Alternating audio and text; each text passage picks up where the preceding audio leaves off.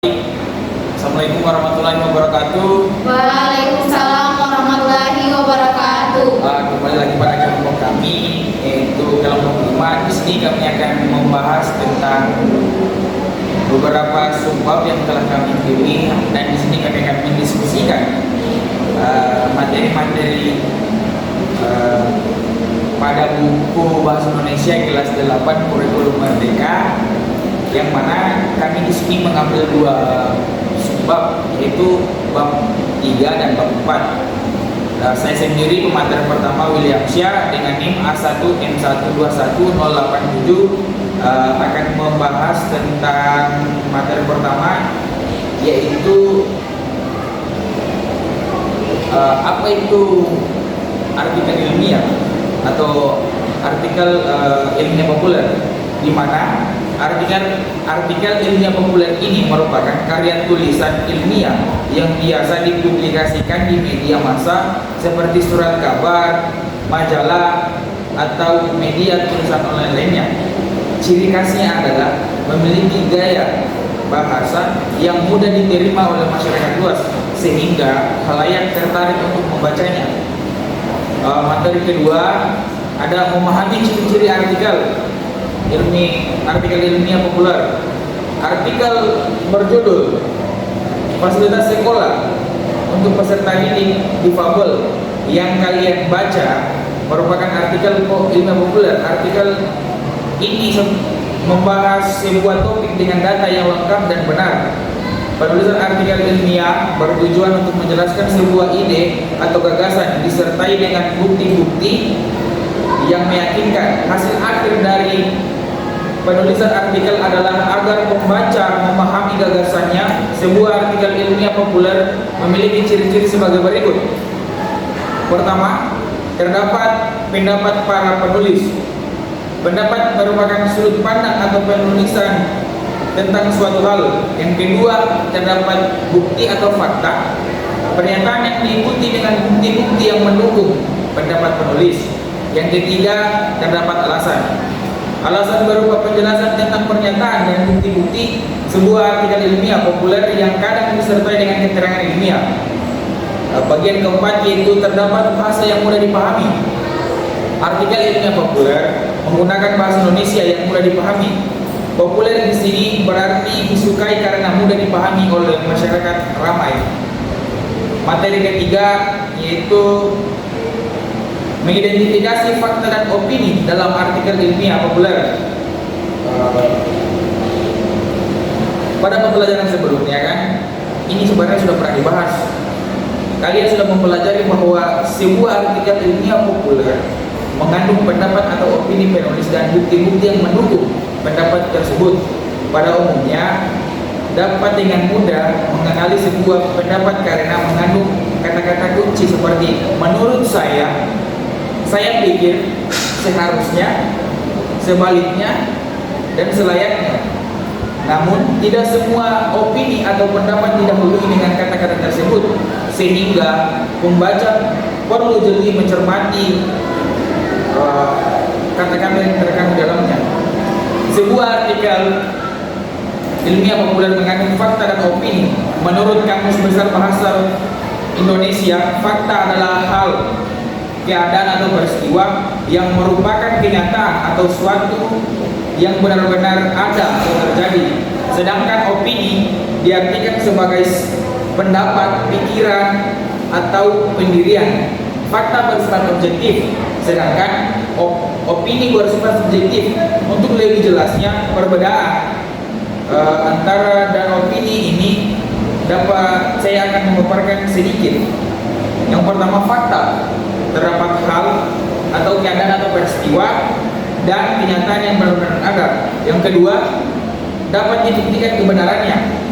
Yang ketiga, disertai dengan data berupa angka, tanggal, nomor, foto, video, dan bukti pendukung lainnya.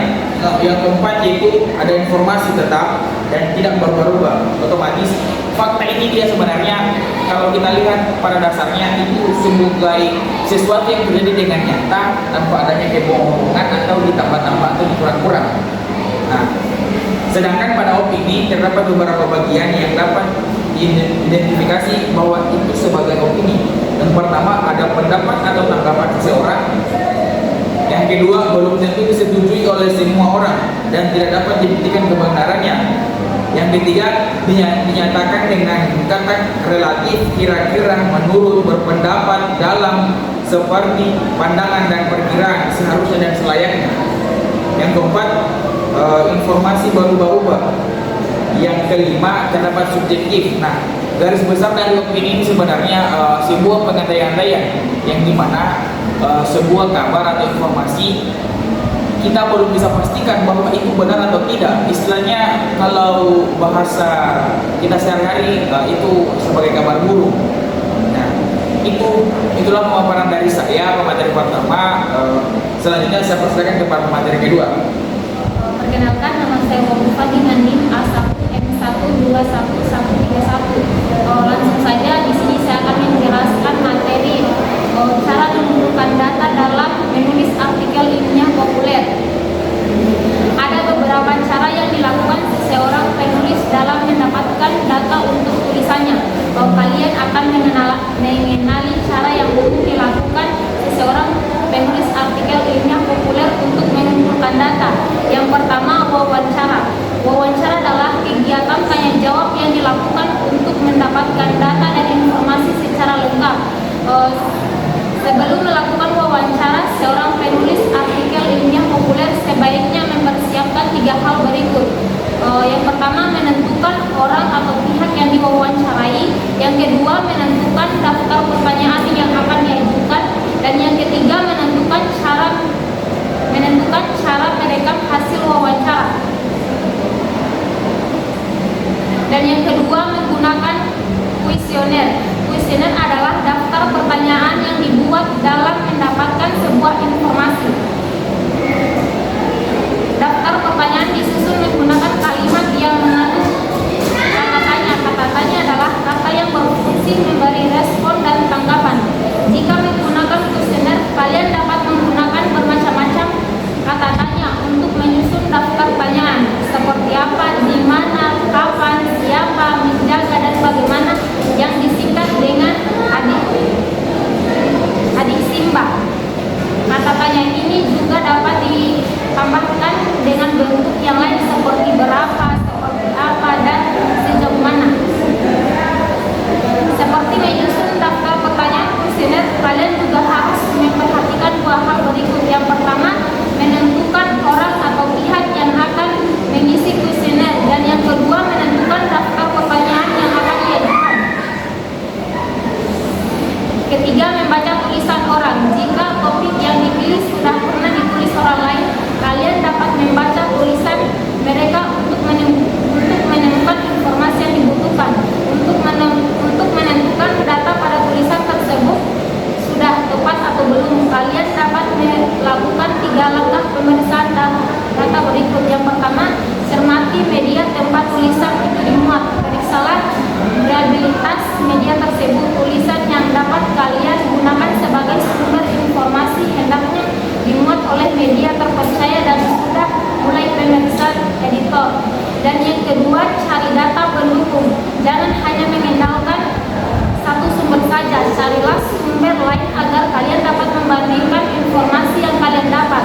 Dan yang ketiga, jika kalian mengambil informasi dari tulisan orang lain, kalian harus mencantumkan sumber informasi tersebut dalam tulisan kalian. Berikut ini kata-kata yang sering kalian jumpai ketika mempelajari materi tentang cara mengumpulkan data artikel ilmiah populer sebagai berikut. Yang pertama, artikel akhlak atau ilmu tentang apa yang baik dan yang buruk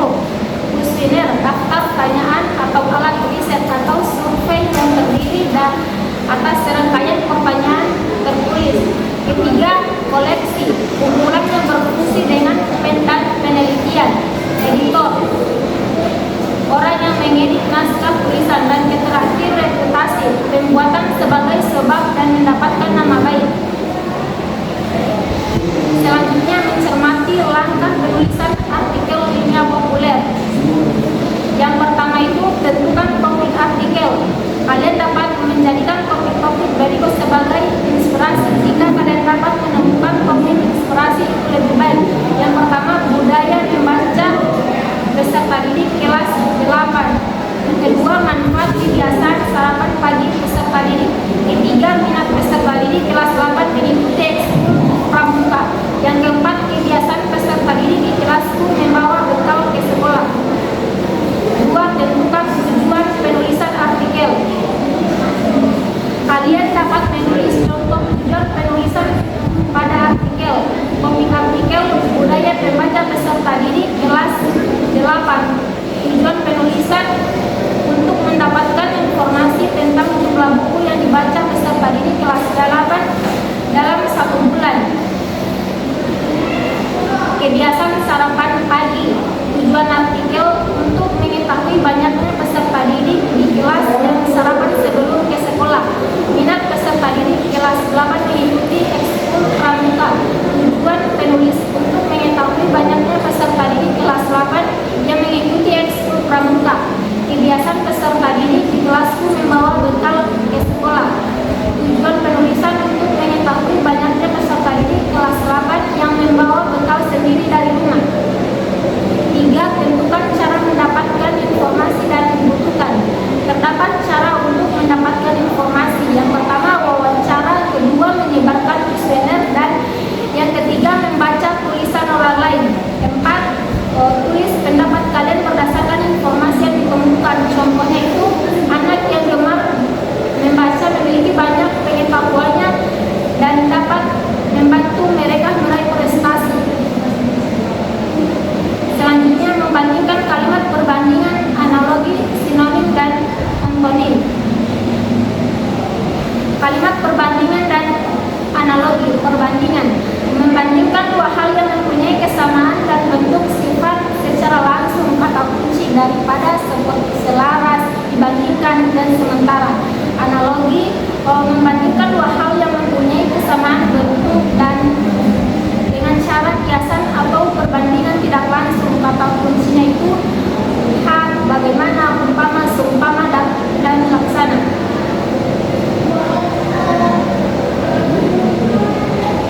Selanjutnya, antonim dan sinonim. Dalam percakapan sehari-hari, kalian tentu sudah akrab dengan antonim dan sinonim. Antonim adalah kata-kata yang memiliki arti saling berlawanan. Sementara sinonim adalah kata-kata yang memiliki makna sama atau mirip. Contohnya itu susah, senang, siang, malam, positif, negatif, muka belakang, laki-laki, perempuan. Contoh sinonim: menatap, memandang, indah, elok, teratur, tertata, bertemu, berjumpa, bunga kecubung, bunga gonceng. Berikut ini cara contoh kalimat yang menggunakan kata-kata di atas. Contoh kalimat berantonim. Yang pertama, guru pendamping yang paling merasakan susah senang mengajar peserta didik difabel. Dan yang kedua, peserta didik kelas 9 SMP merdeka belajar siang dan malam untuk persiapan ujian akhir. Ketiga, kita harus berbangun pikiran positif dalam melihat peserta didik difabel, bukan pikiran negatif. Keempat, gedung muka belakang SMP merdeka dipasang untuk peserta didik difabel. Kelima, semua peserta didik baik laki-laki maupun perempuan menyemangati peserta didik difabel agar rajin belajar. Contoh kalimat bersinonim. Yang pertama, peserta didik baru dengan grup itu memandang. Peserta didik baru dengan grup itu menatapku. Kata memandang dan menatap adalah bersinonim. Kedua, karena mereka kecelakaan, Lala memakai kursi roda ke sekolah. Karena kecelakaan, Lala menggunakan kursi roda ke sekolah. Kata memakai dan menggunakan adalah bersinonim. Ketiga, sampai bertemu minggu depan. Kata guru, sampai berjumpa minggu depan.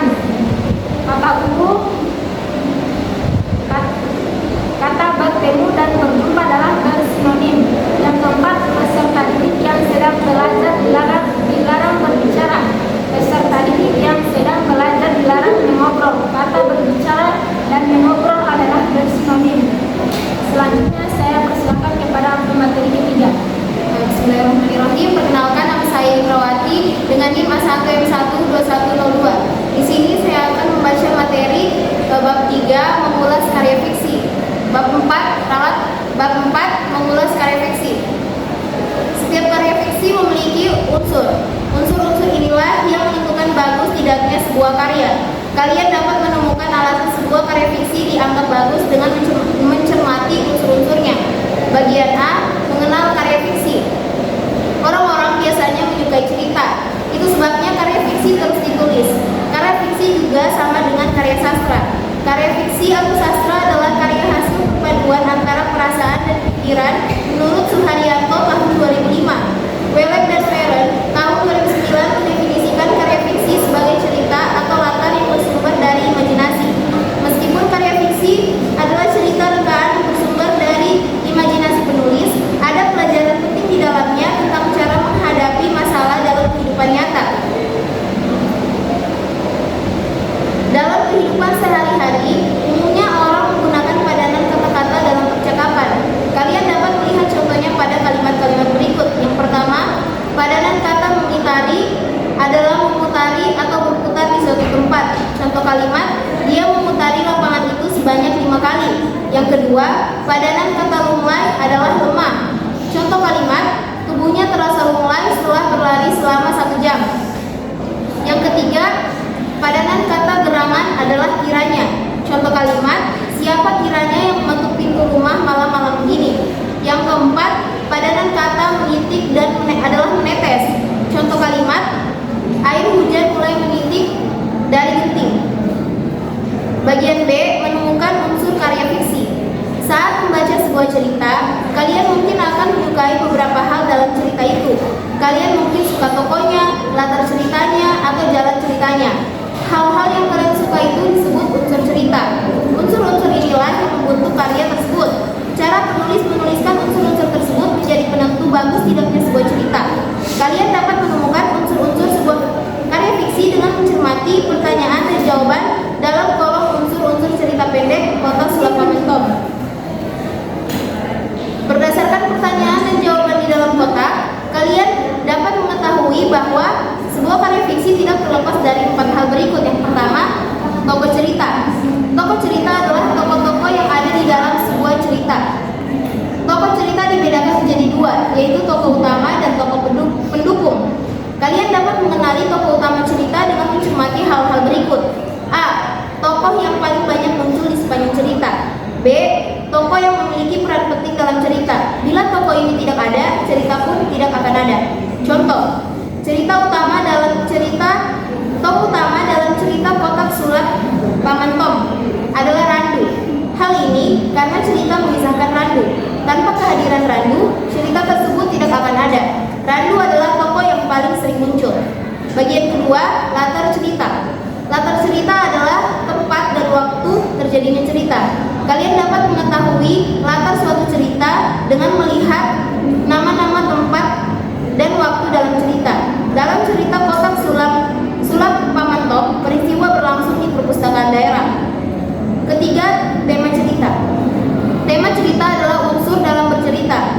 Menurut Kamus Besar Bahasa Indonesia, tema adalah pokok pikiran atau dasar cerita yang dipercakapkan dan dipakai sebagai dasar mengarang. Tema cerita pendek kotak sulap Paman Tom adalah kekecewaan Randu terhadap Paman Tom. Kalian dapat melihat dan menemukan tema suatu cerita dengan menerapkan langkah-langkah seperti dalam tabel berikut. Membaca keseluruhan cerita. Membacalah keseluruhan cerita tersebut terlebih dahulu agar kalian mengerti isinya. Mencermati paragraf pertama dan terakhir. Pokok pikiran biasanya diperkenalkan melalui konflik yang mulai dikenalkan penulis sejak paragraf pertama. Adapun paragraf terakhir merupakan tempat penulis menutup ceritanya dengan sebuah pesan atau peristiwa yang memberi makna. Contoh, perbuatan yang dilakukan tergesa-gesa membawa akibat buruk bagi orang lain. Bagian keempat, alur atau jalan cerita. Dalam karya fiksi, jalan cerita disebut juga alur atau plot.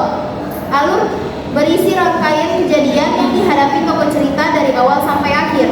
Menurut Kamus Besar Bahasa Indonesia, alur adalah rangkaian peristiwa yang direka atau dijalin dengan seksama dan menggerakkan jalan cerita melalui kerumitan ke arah klimaks dan penyelesaian.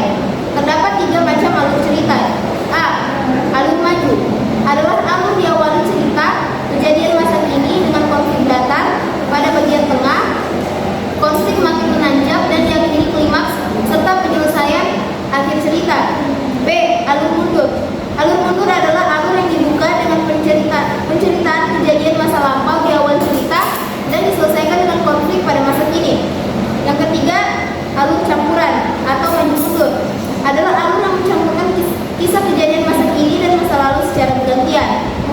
saja, saya persilakan kepada pemateri selanjutnya. Terima kasih. Perkenalkan, nama saya Fatimah Nurjana dengan NIM A1M121095.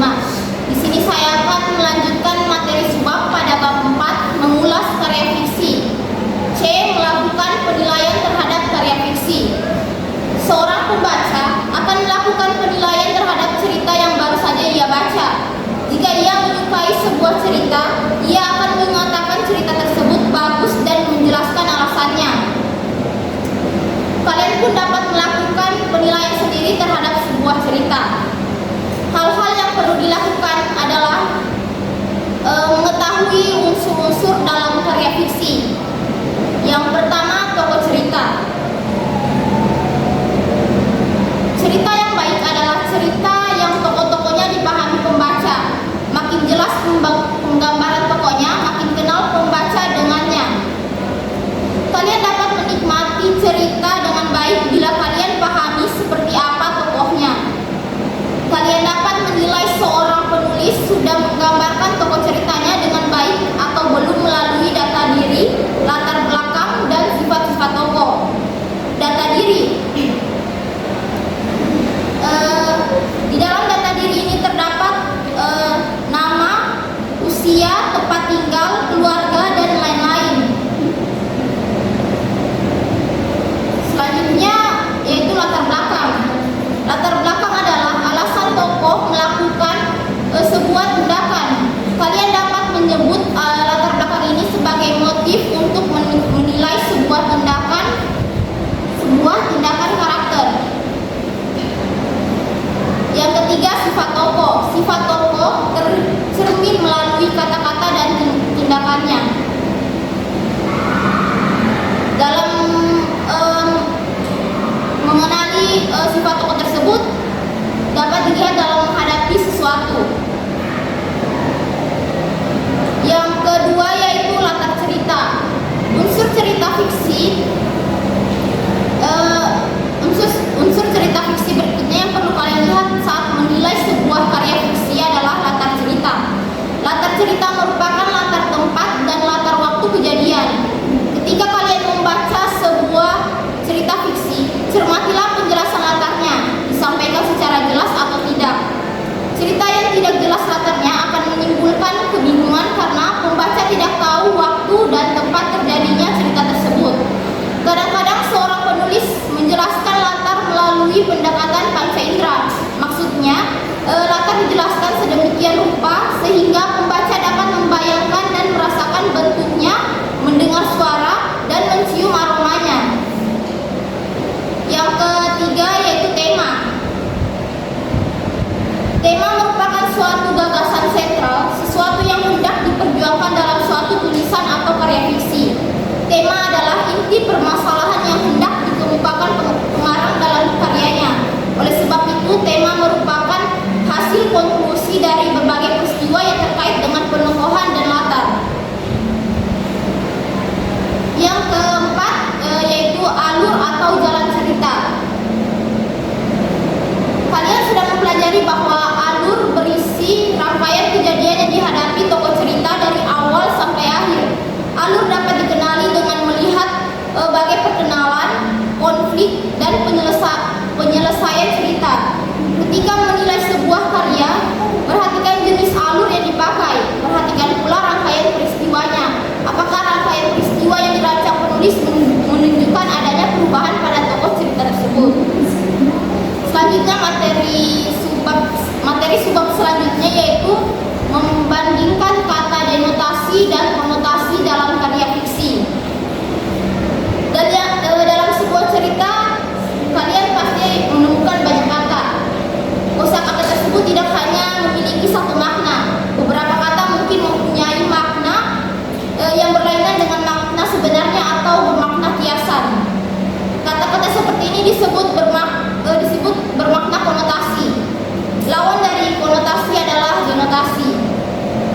Menurut Kamus Besar Bahasa Indonesia, denotasi adalah makna kata atau kelompok kata yang berdasarkan atas penunjukan yang lugas pada sesuatu di luar bahasa. Denotasi juga berarti makna kata-kata yang sebenarnya atau bukan makna kiasan.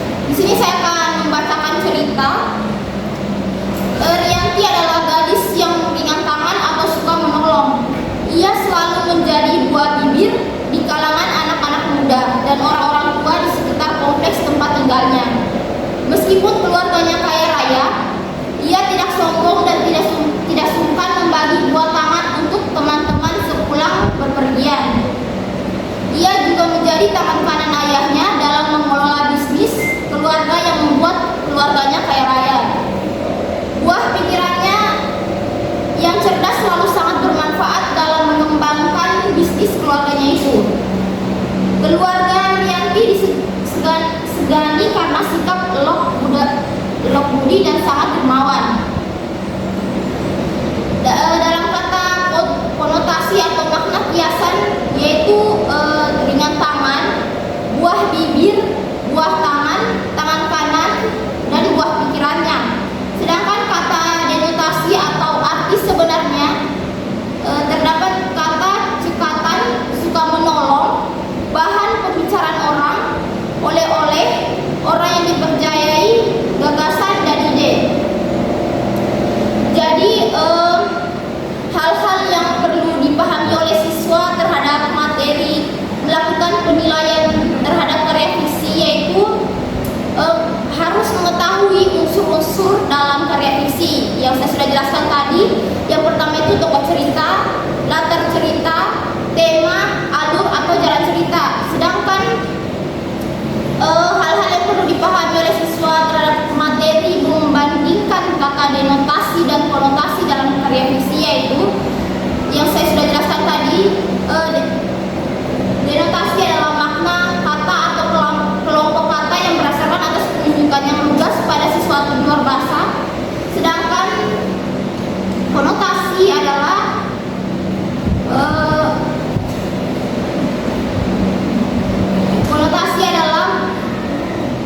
yang mempunyai makna yang berlainan dengan makna sebenarnya atau bermakna kiasan. Itu saja yang bisa saya sampaikan. Terima kasih. Baik, terima kasih kepada kedua materi yang telah bersama kita pada sore hari ini. Apabila ada salah kata dari kami mohon maaf. Assalamualaikum warahmatullahi wabarakatuh.